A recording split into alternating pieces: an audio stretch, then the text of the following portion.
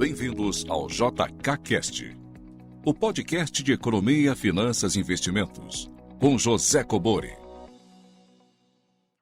Sejam todos muito bem-vindos a mais um episódio do JKCast. Para você que ainda não é inscrito no canal, se inscreva e ative as notificações para ser avisado sempre que eu postar um novo conteúdo. Caso você goste, não esqueça de clicar no like e fazer os seus comentários aqui abaixo.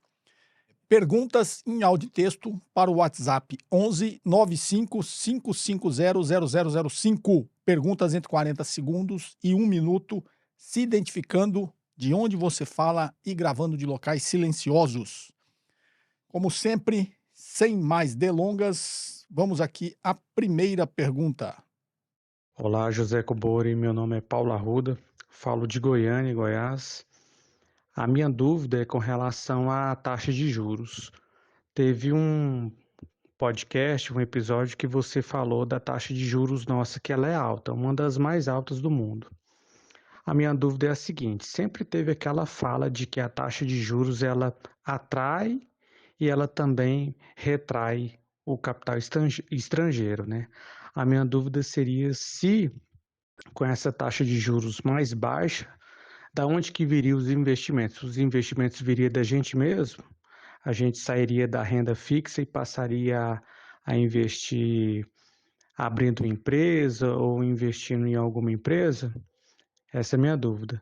Muito obrigado pelo seu conteúdo, é de grande valia e a sua didática é excelente. Forte abraço. Bem, Paulo Arruda de Goiânia. Vamos lá, Paulo Arruda. Esse é sempre um assunto polêmico, né? Principalmente agora que está com essa flutuação aí, além do normal na taxa de câmbio. E a gente sabe que todas as políticas, né? Políticas monetária, política fiscal, política cambial, política de rendas, todas elas influenciam uma na outra, apesar de cada uma fazer um efeito específico mais forte em uma das variáveis do PIB. Para quem já fez os meus cursos na parte de ambiente macroeconômico, eu falo sobre isso, aquela conhecida fórmula do PIB, em que a renda, como um todo o país, que é a medida do PIB, ela é o consumo das famílias, mais o investimento das empresas, mais os gastos do governo, mais o saldo da balança comercial, ou seja, as exportações menos as importações. E de forma didática, lá no curso, vocês veem que cada política de rendas influencia mais no consumo das famílias, mas obviamente influencia em todas as outras variáveis, né? Política monetária influencia mais o investimento das empresas, mas também em todas as outras variáveis. A política fiscal, nos gastos do governo, e a política cambial, no saldo da balança comercial. Mas dessas quatro políticas, como eu digo, elas obviamente influenciam em todas as variáveis. Então, taxa de juros, que é a ferramenta de política monetária, ela influencia na política cambial também, influencia no câmbio. E aí, nesses momentos que se discute taxa de juros, sempre as pessoas levantam como se a taxa de juros fosse a política realmente que influenciasse diretamente, com mais força sobre o câmbio, né? Não, ela influencia por óbvio, mas é a política cambial que vai coordenar isso de uma forma mais, digamos assim, precisa, né? Mas esse é o argumento que as pessoas que defendem a alta taxa de juros falam: não, o Brasil tem que ter uma taxa de juros alta para atrair dinheiro, né, investimento estrangeiro, e com isso manter esse fluxo de entrada de dólares. Porque se o fluxo de saída de dólares for maior e constante, isso vai fazer com que a nossa taxa de câmbio seja pressionada, ou seja, mais gente indo embora, mais gente comprando dólar, o dólar tem o seu preço, a sua cotação pressionada para cima, e isso influencia a taxa de câmbio. Só que uma coisa que a gente tem que ter em mente, que a taxa de juros de curto prazo, que é a taxa que é definida pelo Banco Central, que é essa taxa que todos nós conhecemos, ela é uma taxa de juros que atrai investimento estrangeiro, mas investimentos voláteis, né? São investimentos de curto prazo. São investimentos financeiros, né? E o que interessa para o país são investimentos de longo prazo, que é o que a gente chama de investimento direto. Investimento direto não é o investidor estrangeiro que vem aqui comprar título público, comprar dívida pública, investir no mercado financeiro. Investimento direto é aquele investidor estrangeiro que ele vem aqui para abrir um negócio, vem aqui para abrir uma empresa, abrir uma indústria ou investir mais na indústria que ele já tem aqui. Então, são, né, ampliação de parque fabril. Então, isso são investimentos diretos. É esse investimento que interessa, porque o cara não tem como vir aqui construir uma fábrica aí amanhã dá uma dor de barriga, ele fecha a fábrica e vai embora. Não. O investimento estrangeiro de curto prazo que vem via mercado financeiro, não. Ele compra os seus investimentos financeiros aqui num dia, no outro dia ele pode vender e ir embora. Pode realizar o que ele já tiver de ganho, de retorno e vai embora. Então, são investimentos muito voláteis, digamos assim. São investimentos, eu diria, criando um termo aqui agora, investimento promíscuo, né? Ele vem aqui enquanto a taxa de juros está alta, quando a taxa de juros baixa, ele vai embora. Esse investimento não interessa, concordo? Ninguém quer um relacionamento de curto prazo com ninguém. A gente quer relacionamento de longo prazo. Isso em tudo, né? Em todas as dimensões que a gente fala. Então, você está correto. A taxa de juros baixa, ela faz com que as empresas, quando você fala nós aqui brasileiros, vamos investir mais em abrir novos negócios. Porque você fala, bom, para ter 10,5% sem fazer nada, é melhor deixar o dinheiro lá, investido no mercado financeiro. Quando essa taxa de juros começa a cair, esse custo de oportunidade, você vai começar a mensurar. Fala, bom, sei lá, agora 5%, 5% não, acho que se eu abrir um negócio aqui, tenho em mente um projeto aqui de investimentos, eu vou ter um retorno muito maior que isso. Então, quando a taxa de juros começa a cair, começa a migrar dinheiro de que é investimento financeiro para investimento produtivo. Realmente, você abrir um negócio, você abrir uma empresa, você ampliar o seu negócio, né, você tirar os projetos do papel. Todas as empresas, né, quando eu falo de finanças corporativas aqui, quando a gente está falando de investimento empresarial, e acho que em alguns episódios passados eu falei sobre custo de capital. Então, na fórmula lá do CAPM, a taxa livre de risco está lá na fórmula do CAPM, né? Tudo que for acima da taxa livre de risco é o que a gente chama de prêmio de risco dos ativos. Então, se a taxa livre de risco já é alta, as empresas precisam dar um retorno muito acima do que seria razoável para atrair investimento nas empresas. E as empresas que já têm os seus negócios, têm os seus projetos no papel, de crescimento, de reforma, de manutenção de ativos, ela só vai tirar do papel quando o custo de capital estiver baixo. Então, a taxa de juros, essa taxa que a gente critica, é a taxa que é estipulada pelo Banco Central e a gente chama de taxa de juros de curto prazo. A taxa de juros de curto prazo ela influencia toda a curva de juros. Então, a partir da taxa que é fixada de curto prazo, toda a curva de juros é influenciada. As empresas investem, e os investidores, no caso que você está falando de estrangeiro, investem, quando ela olha uma perspectiva nessa curva de juros, uma taxa de juros de longo prazo mais baixa, né? Porque os investimentos em projetos ou qualquer tipo de investimento produtivo, ele vai maturar no longo prazo, né? Num prazo um pouco mais longo, vai maturar daqui 6 meses. Né? Então, geralmente, você está olhando ali uma taxa de longo prazo de 10 anos, né? Para poder fazer a sua conta se aquele seu projeto é viável economicamente ou não.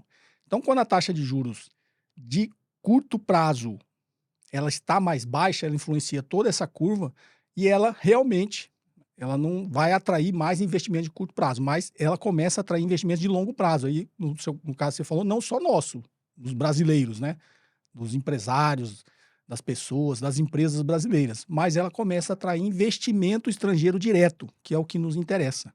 São as empresas de fora investindo aqui no Brasil, os investidores estrangeiros investindo no Brasil com investimentos produtivos, investimentos em projetos de médio e longo prazo, que ele vai e é um dinheiro que nos interessa. Por quê? Porque não é um dinheiro, como eu disse aqui, promíscuo, né? Não é aquele cara que vem, te dá um beijinho, depois vira a cara e vai embora. Não, ele vem aqui para ter um relacionamento de longo prazo. Porque a gente usar a taxa de juros para ficar atraindo investimento estrangeiro de curto prazo, a gente está, digamos, refém da situação. A gente está refém. Ó, esse cara, se eu baixar a taxa de juros, ele vai embora. Então, vou manter a taxa de juros alta. Nós viramos refém da situação e não é isso que a gente quer. Okay? Então, a crítica à taxa de juros alta é justamente porque ela inviabiliza os projetos de investimentos produtivos, tá? Não só nosso aqui interno, como externo. O nosso aqui já seria um grande negócio, tá, gente? Todo dia tem R$1,5 trilhão de reais na nossa economia que fica fazendo, eu já expliquei aqui, das operações compromissadas, agora remuneração das reservas bancárias, é dinheiro que está rendendo isso aí, 10,5%. Tem R$1,5 trilhão aí que está por aí, fazendo isso aí todo dia. Quando a taxa de juros começa a baixar, uma parte desse R$1,5 trilhão, ele começa a virar investimento produtivo. E é aquele investimento que depois que você investiu, você vai fazer de tudo para ele dar retorno. Não tem como você... se bem que quando a taxa de juros sobe, né? Tem investimentos que já estão sendo feitos em projetos também que eles param, né? Então o cara para a construção da fábrica na metade. Por isso que é interessante a gente ter sempre em mente que a taxa de juros alta, ela inviabiliza o crescimento sustentável da economia. A gente está sempre refém de capitais de curto prazo, sempre. E aí você fica nesses relacionamentos promíscuos com o mercado. Então, a crítica à taxa de juros alta é justamente essa e, obviamente, você tem impactos no curto prazo, mas depois que você cria, né, essa perspectiva de crescimento sustentável, essas curvas vão se suavizando, né? Em vez de ficar subindo demais a taxa de juros, caindo demais, essa curva vai suavizando, como é nos países desenvolvidos. Então é isso, Paulo. Espero que te ajudado aí com essa resposta e a minha crítica sempre à taxa de juros alta é exatamente porque ela inviabiliza os investimentos. Tá ok? Vamos então aqui à próxima pergunta. Boa tarde, professor Zé Cobor, aqui é o Anderson, do Rio de Janeiro. E a minha pergunta mistura um pouco de economia e fusões e aquisições. Nós temos visto ultimamente vários problemas com os planos, cancelando os contratos e por aí vai, somente pessoas com autismo. E temos visto muitas aquisições, fusões, grandes conglomerados comprando laboratórios, e com isso eles prometem verticalização e melhor preços. Na prática, isso não acaba gerando um grande monopólio, e com isso os preços podem subir cada vez mais. E como é que isso vai acabar afetando nossa economia, porque o SUS que vai acabar sendo colapsado. Como é que essa conta vai fechar no futuro? Eu queria usar o seu conhecimento para tentar ter uma luz nisso. Obrigado. Bem, Anderson do Rio de Janeiro, vamos lá. Essas perguntas vocês gostam que eu responda aqui de forma técnica, já com conhecimento não só de macroeconomia, mas microeconomia, que é a parte de finanças, tá? De como as empresas pensam.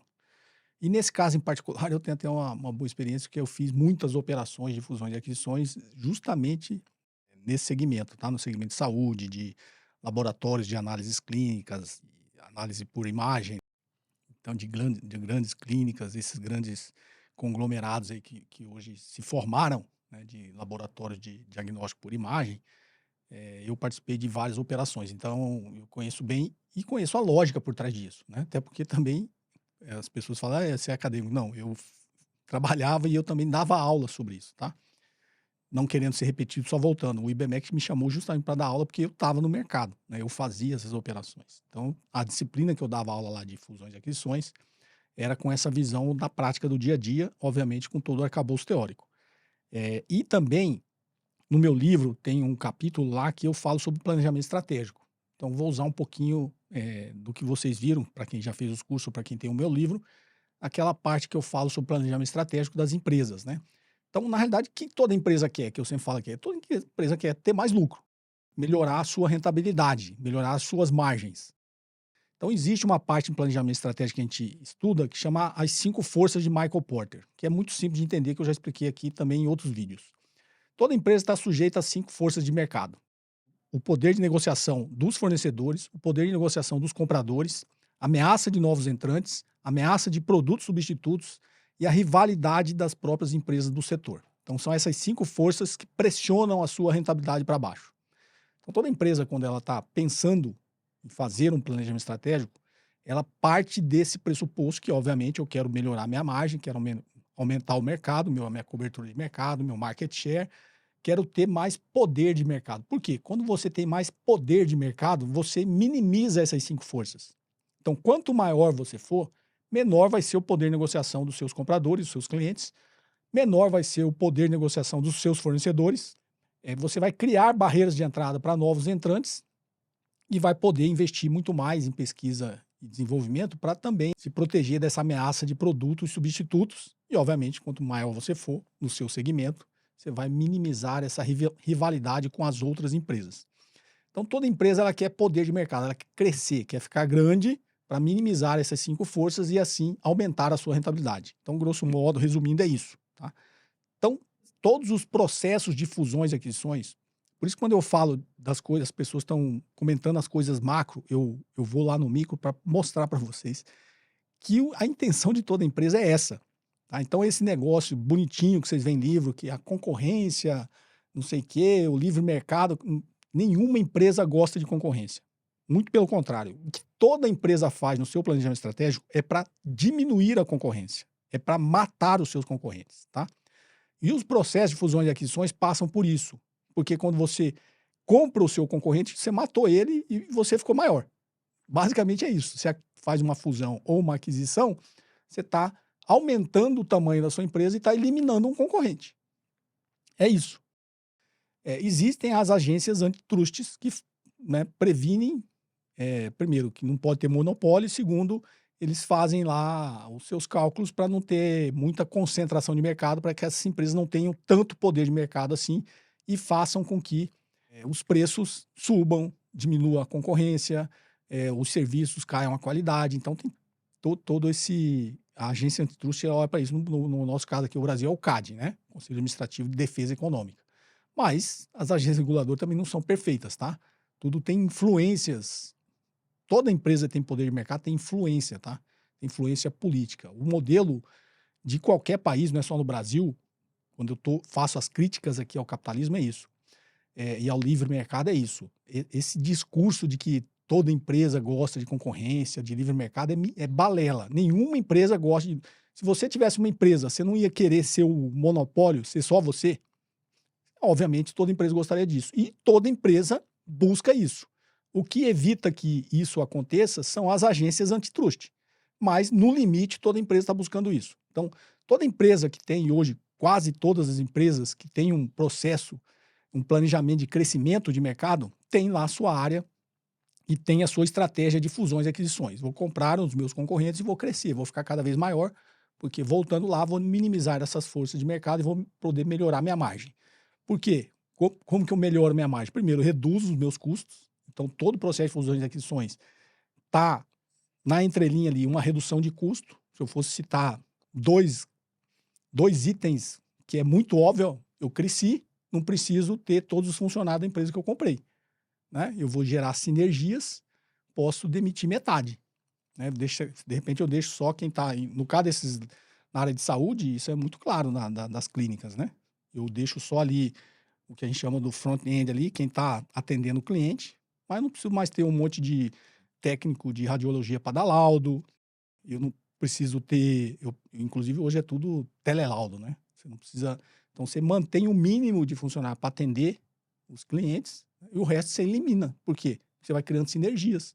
Você já tem uma estrutura dessa para fazer isso. Você não precisa trazer aquela estrutura de pessoal que está naquela empresa para dentro da sua. Você não precisa. Então, um processo de fusão e aquisições, isso está implícito. Você vai diminuir o número de pessoas e vai ter poder de mercado para aumentar o seu preço. Isso é óbvio. Então, essas pessoas que ficam citando de forma genérica, né, de forma superficial, o que acontece, não entende o que está acontecendo por trás disso. O que está acontecendo por trás disso é justamente isso. Então, nenhuma empresa gosta de concorrência. É só no livro que está dizendo que gosta, que o livre mercado é bom, não. Se dependesse da empresa, não tivesse nenhum órgão que evitasse isso, todas elas queriam ser monopólio. E aí volta a crítica aqui quando eu falei da Sabesp. E o Estado tem um monopólio e entrega para uma empresa. Um monopólio natural. Não faz o menor sentido, tá? Então, a crítica é essa. Então, o que você falou faz sentido, exatamente. Nesses processos de fusões e aquisições, as empresas estão comprando os seus concorrentes, os outros participantes do mercado, estão aumentando o seu poder, estão aumentando o seu tamanho, estão aumentando o seu market share. Por quê? Porque ela quer aumentar o preço e melhorar a sua rentabilidade. Ela não quer ser pressionada por essas 5 forças de mercado. As 5 forças, que a gente conhece como as 5 forças de Michael Porter. Michael Porter é autor eu já mostrei aqui os livros, é autor de alguns livros e 2 ficaram muito célebres, que é Estratégia Competitiva e Vantagem Competitiva, que é a base desse planejamento estratégico que eu citei aqui, que inclusive tem no meu livro também, tá ok? Então, infelizmente, nós deveríamos estimular ou evitar grandes atos de concentração. As agências antitrust estão aí, mas elas continuam elas não deixam ninguém virar monopólio, mas a gente vê a concentração de mercado em vários segmentos. Todos os segmentos, quando a gente fala da consolidação do mercado, todos os segmentos tendem a isso. Eu tenho um vídeo aqui que eu já falei também, que tudo tende à concentração. E eu não estou falando só do que eu sempre critico, que é concentração de renda. Se você deixar, a renda sempre vai concentrar cada vez mais. E no mercado, quando eu estou falando de empresas, também. Se você deixar, as empresas vão cada vez se consolidar e se concentrar cada vez mais em poucas empresas. Você pode olhar para qualquer país. Para qualquer país. Tem empresas que dominam o mercado. Então, esse é um modelo, e o que eu chamaria também de falha de mercado, que o Estado tem que estar lá, intervir e corrigir isso aí. E se deixar, é exatamente o que você está falando. Os planos vão crescendo o seu poder de mercado, podem cobrar mais caro, começam a prestar serviços piores, começam, no caso que você falou do autismo, né, começa a eliminar algumas coisas. Ah, mas isso depende da Agência Nacional de Saúde. Empresas grandes com poder de mercado têm influência. Eles conseguem. Esses lobbies que tem no Congresso Nacional, você acha que é para quê? Ah, vamos tirar essa e essa e essa doença lá do rol da ANS para os planos de saúde e não precisa mais pagar. Quem vota isso é o Congresso. Quem que você acha que está fazendo pressão no Congresso? É o grande capital. São as grandes empresas que estão lá fazendo pressão junto aos seus parlamentares para tirar esses serviços lá do rol da ANS, o plano de saúde não precisa pagar. Então, o seu raciocínio está correto, né? Se a gente deixar que isso aconteça, se o Estado deixar que isso aconteça, a tendência é os planos de saúde cada vez vão ficando mais caros, as pessoas que gostariam de ter acesso ao plano de saúde vão ter menos acesso, aqueles que já têm acesso vão ver alguns procedimentos e algumas que não vão estar cobertos mais pelo seu plano de saúde, e ele vai ter que recorrer ao SUS e acaba pressionando realmente o sistema público de saúde. Tá ok? Tudo isso é muito mais complexo do que essa superficialidade de opiniões na internet que você vê aí, tá? É muito mais complexo do que isso. Tá ok, Anderson? Espero ter te ajudado aí. E o que a gente tem que fazer enquanto cidadão é lutar contra isso, né? Infelizmente, o nosso poder ele só é grande se a gente for muito. Mas uma empresa só tem um poder de influência muito maior do que todos nós, mas ainda vivemos numa democracia, ainda existem meios da gente lutar por isso. Tá ok, Anderson? Espero ter te ajudado e vamos aqui à próxima pergunta. Boa noite, Cobori. Tudo bem? Jonas Lopes-Guise, de Curitiba. Minha dúvida é como que, sendo oriundo do mercado financeiro, né, você chegou hoje a talvez um tipo de pensamento um pouco diferente do que é o mainstream, o usual no mercado, né? Como que foi esse processo, né, como é que se deu essa evolução, essa troca de pensamento, né? E se isso é possível que as pessoas do mercado financeiro tenham esse entendimento e o que compõe esse entendimento para que as pessoas não mudem, não tenham uma visão um pouco mais ampla da sociedade, das pessoas ao entorno que estão ali vivendo e tendo necessidades muitas vezes não atendidas, né? Bem, Jonas Lopes de Curitiba. Vamos lá, Jonas Lopes. O que me fez mudar, né?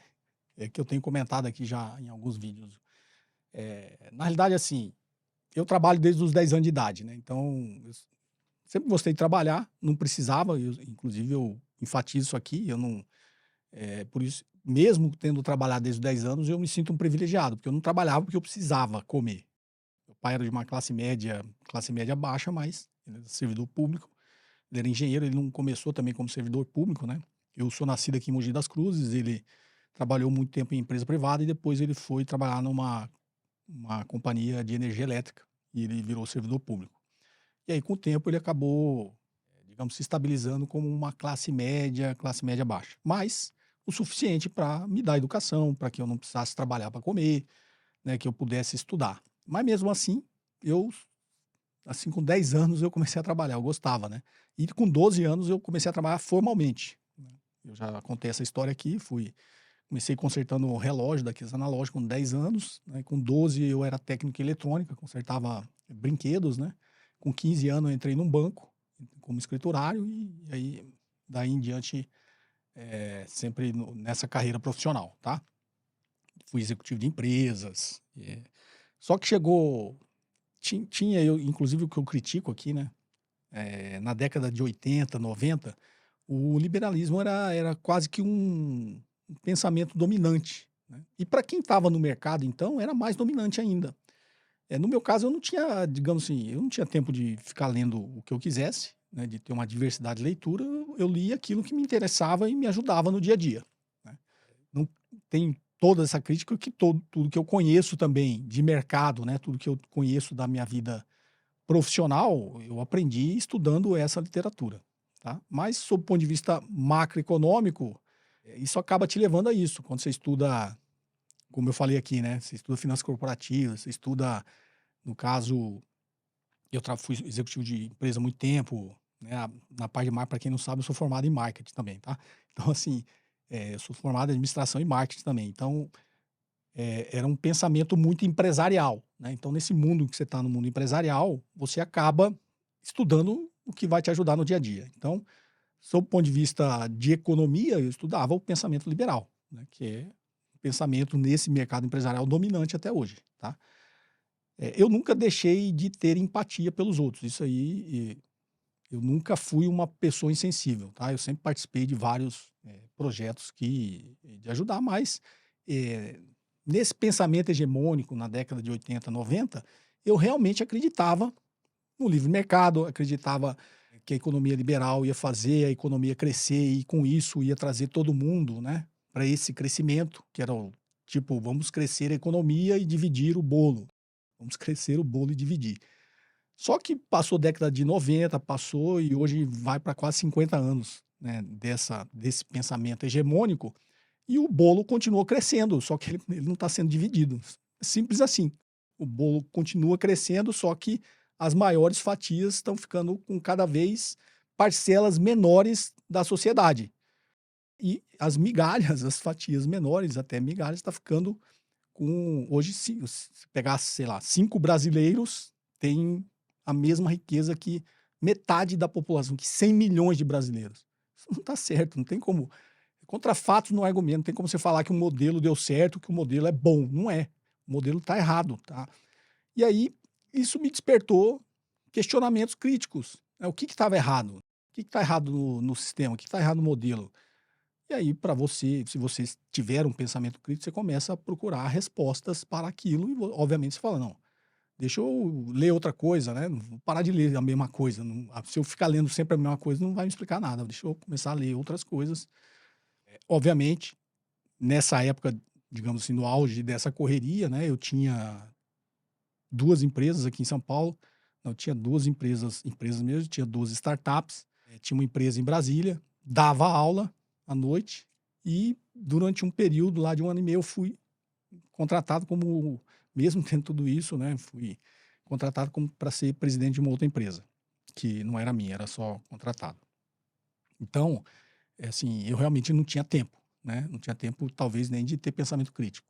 E aí com o tempo que eu me afastei, um dia talvez eu conte essa história que está sendo contada num livro que eu comecei a escrever, com mais cuidado, alguns eventos na minha vida acabaram propiciando que eu tivesse mais tempo para ler e também me afastasse um pouco mais desse dia a dia. Isso que me trouxe, digamos assim, capacidade e tempo para ser mais crítico. Nesse meio tempo eu já falei aqui também, estou fazendo agora uma pós-história, terminei uma pós-graduação em filosofia. Até então, minha formação era só de mercado, né? Formado em administração e marketing, MBA em finanças, fui professor de finanças do IBMEC por 10 anos, sou conselheiro de empresas pela Fundação No Cabral, sou especialista em finanças corporativas e administração financeira de empresas pela FGV.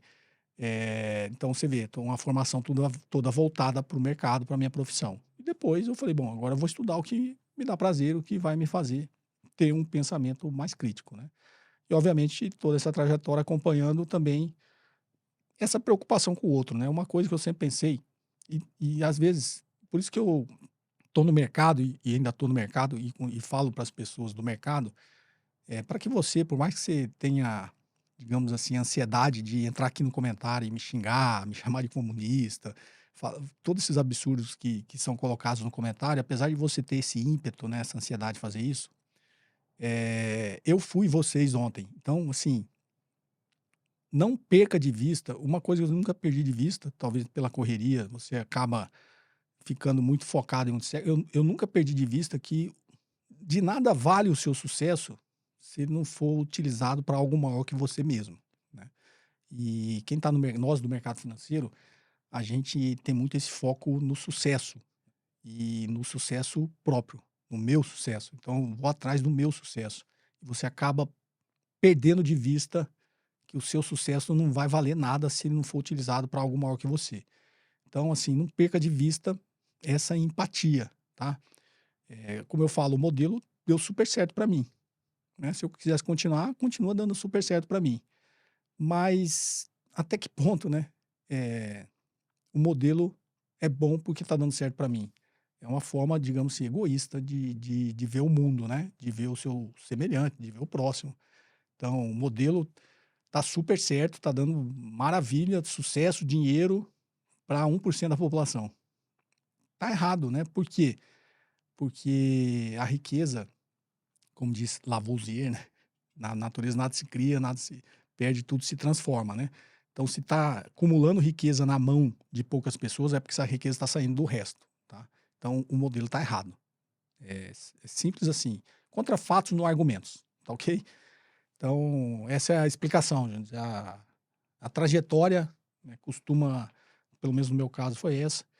E talvez eu fique dando essas mensagens aqui para tentar abreviar a trajetória de quem ainda não enxergou isso, né? Não é nenhum tipo de que as pessoas falam. Vou até poupar vocês que eu sempre critico esses comentários, mas entendo também os comentários e fico feliz que muitos comentários aqui as pessoas falam, pô, eu pensava também assim, você está me fazendo, né, mudar, ou está me fazendo pelo menos me questionar. E acho que a intenção aqui do conteúdo do canal é essa, né? É estimular essa reflexão, esse pensamento crítico, tá? Alguns não vão mudar, mas se eu mudar algumas pessoas, eu já fico satisfeito. Tá ok? Espero ter respondido aí a sua curiosidade. Vamos aqui à próxima pergunta. Bom dia, professor Anderson de Chapecó, Santa Catarina. No debate sobre privatizações, considerando que, se estatal, a empresa terá de tirar capital de fora para os subsídios cruzados, que viriam do caixa do governo resultante de impostos, não seria interessante, então, que a empresa fosse privatizada, se valendo da eficiência privada e recebesse esse capital do Estado para o subsídio cruzado, já que ele iria vir de qualquer forma mesmo? Bem, Anderson de Chapecó, não é bom, sim, vou responder rápido porque a sua premissa está errada, tá? O subsídio cruzado ele não vem de fora, não é o Estado que põe lá na empresa estatal. No caso aqui que estamos discutindo, que eu falei subsídio cruzado, eu falei num vídeo dos Correios e falei agora recentemente da Sabesp. O governo do Estado não põe dinheiro na Sabesp para ela bancar o subsídio cruzado. Não, é a empresa, com a geração de caixa dela, ela banca o subsídio cruzado, tá? No caso dos Correios, a mesma coisa. O que eu pago para receber uma correspondência aqui em São Paulo dá lucro para os Correios. Com essa margem de lucro, que aqui ela tem muita escala, que tudo vale a pena, tudo dá lucro aqui em São Paulo, ela usa uma parte dessa margem de lucro para bancar essas regiões onde dá prejuízo ela entregar uma carta. Ela vai entregar uma carta, até acho que no podcast passado, falar, vai entregar lá, tem que pegar uma balsa para entregar uma correspondência lá no Amazonas. Vai dar prejuízo. Só quem está bancando esse que não dá lucro, né, isso que dá prejuízo, são as regiões que dão lucro. Então, isso que a gente chama de subsídio cruzado. Então, quando você pega na média, a empresa está dando lucro. Só que as regiões que não dão lucro estão sendo bancadas pelas regiões que dão lucro, tá? Isso é o subsídio cruzado. Isso quem faz é a empresa estatal. A empresa privada não faz isso. Nenhuma empresa vai falar, vou entregar essa correspondência lá no meio do Amazonas, lá, pegar uma balsa só porque eu quero. Não, eu só vou fazer se der lucro. No caso da Sabesp, aqui é a mesma coisa. Tem regiões onde ela fazia investimentos, levar saneamento básico. Se ela for colocar no papel, não vai dar lucro. Ela não vai fazer.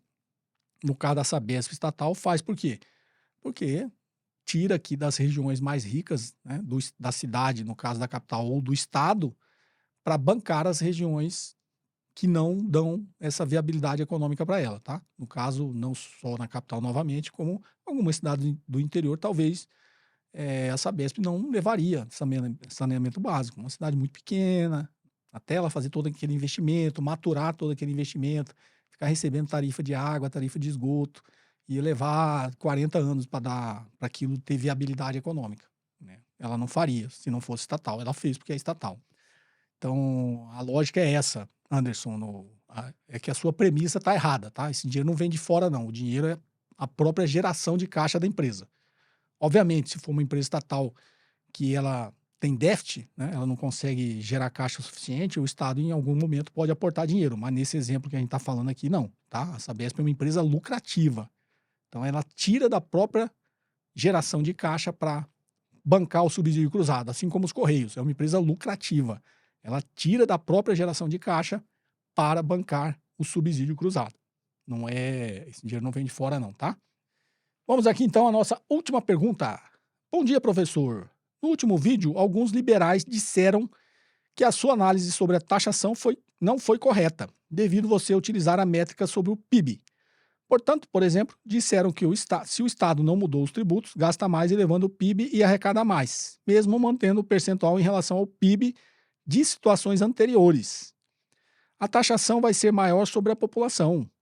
Qual é a sua contra-argumentação sobre esse tema? Obrigado, Luciano de Almeida. Luciano de Almeida. Vamos lá, Luciano. Se não me engano, é de São Paulo. Luciano, isso aqui eu vou responder rápido também, porque essas pessoas que entram para criticar, ela tem um pensamento pronto que ela recebeu de algum lugar, na universidade do WhatsApp, e aí ela nem entendeu o que você falou, e ela vai lá e critica colocando um argumento que não tem nada a ver com o que eu falei. Então aqui, quando eu falei a carga tributária é um percentual sobre o PIB. Então ela caiu quase 1%, tá? De 2022 para 2023. Então, tudo que se gerou de riqueza e tudo que se gerou de arrecadação de tributos. Comparado com o outro, tem um percentual, era 33,4%, se não me engano, e caiu para 32%. Então, caiu a carga tributária em comparação ao percentual sobre o PIB. Então, a arrecadação em termos percentuais sobre o PIB, que é a carga tributária, caiu de 2022 para 2023. Fato, isso é número, tá? O que as pessoas, quando eu falo, ela pega algumas frases prontas que ela viu em algum vídeo ou recebeu no WhatsApp, e aí ela vai lá e coloca como um argumento para dizer que você está errado. Não, eu estou falando de uma coisa e a pessoa vai lá e fala assim, não, mas o governo arrecadou mais. Sim, arrecadou mais porque o PIB aumentou, né? Ele está falando de um valor bruto nominal contra o que eu estou comparando de carga tributária sobre o PIB. Então, não faz sentido, tá? É só a pessoa, digamos assim, é o que eu te falo, né? As pessoas, eu falei num vídeo, elas não estão dispostas ao diálogo, né? Ao diálogo está pressuposto eu conversar com você, está aberto para modificar o meu pensamento ou para incorporar o seu e talvez a gente formar um terceiro, né? Que é um diálogo aqui, uma dialética, né, que a gente faria numa conversa. Mas as pessoas hoje em dia não estão dispostas a isso. Ela não quer, ela acha que está num diálogo, mas ela está num monólogo. Ela nem escuta o que você falou. Ela está preocupada com a vez dela falar. Então você fala, ela não está aberta a ser modificada pelo seu pensamento. Ela escuta o que você falou, sem entender, sem dar valor, sem interpretar o que você falou, porque ela está preocupada só em colocar o argumento dela. Então, basicamente é isso aqui, sobre esse assunto da carga. Eu vi que veio várias perguntas sobre isso e aproveitando a sua aqui, e respondo dessa forma, tá? Eu falei de uma coisa, um percentual de arrecadação que foi dado sobre o PIB, e as pessoas estão dizendo que o governo arrecadou mais porque o PIB cresceu. Ao contrário do que muita gente falou que ia dar 0,8% de crescimento, deu quase 3% de crescimento do PIB, né? Então, obviamente, a arrecadação cresceu em valores absolutos, tá? Mas em termos de carga tributária sobre o PIB, ela caiu de 2022 para 2023. Tá ok? Espero ter respondido aqui todas as perguntas de vocês. Perguntas em áudio e texto para o WhatsApp 11 95550 0005. Perguntas entre 40 segundos e 1 minuto, se identificando de onde você fala e gravando de locais silenciosos. Se você gostou do conteúdo ou quiser comentar aqui os assuntos de hoje, não esqueça de fazer os seus comentários aqui abaixo e também deixar o seu like, ok? Um forte abraço e até o próximo episódio.